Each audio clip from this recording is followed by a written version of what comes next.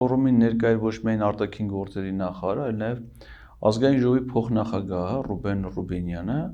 որը ապօրինի կերպով առանց որևէ իրավական ակտի եւ սահմանադրական խախտումով զբաղվում է հայ-թուրքական հարաբերություններով, երբ որ նման իրավասություն ազգային ժողովի փոխնախագահը չունի, իսկ ինքը հատուկ հանձնարարություններով դեսպանի կարգավիճակ չունի։ Բայց նա ներգրաված է այդ գործընթացի մեջ եւ նայել է պարբերաբար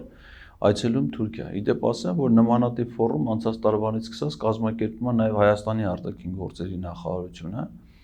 Նախորդ այդ վերջին ֆորումը, որ առաջին ըստ էության կազմակերպել էին, կոչվում էր Երևանյան հորիզոններ, որին Թուրքիայից ոչ մի պատվիրակ չի մասնակցել։ Եվ Արադ Միրզոյանը ոչ միայն մասնակցել է համաժողովին, այլ նաև դրա շրջանակներում պլենար մի քննարկման Հարավային Կովկասի 3 պետությունների արտգործնախարարների մասնակցությամբ եւ նաեւ երկկողմ հանդիպումներ ունեցել եւ Ադրբեջանի արտգործնախարարի եւ Թուրքիայի արտաքին գործերի նախարարի հետ եւ օրինակ հանդիպում չի ունեցել այնտեղ գտնվող Ռուսաստանի արտաքին գործերի նախարարի հետ։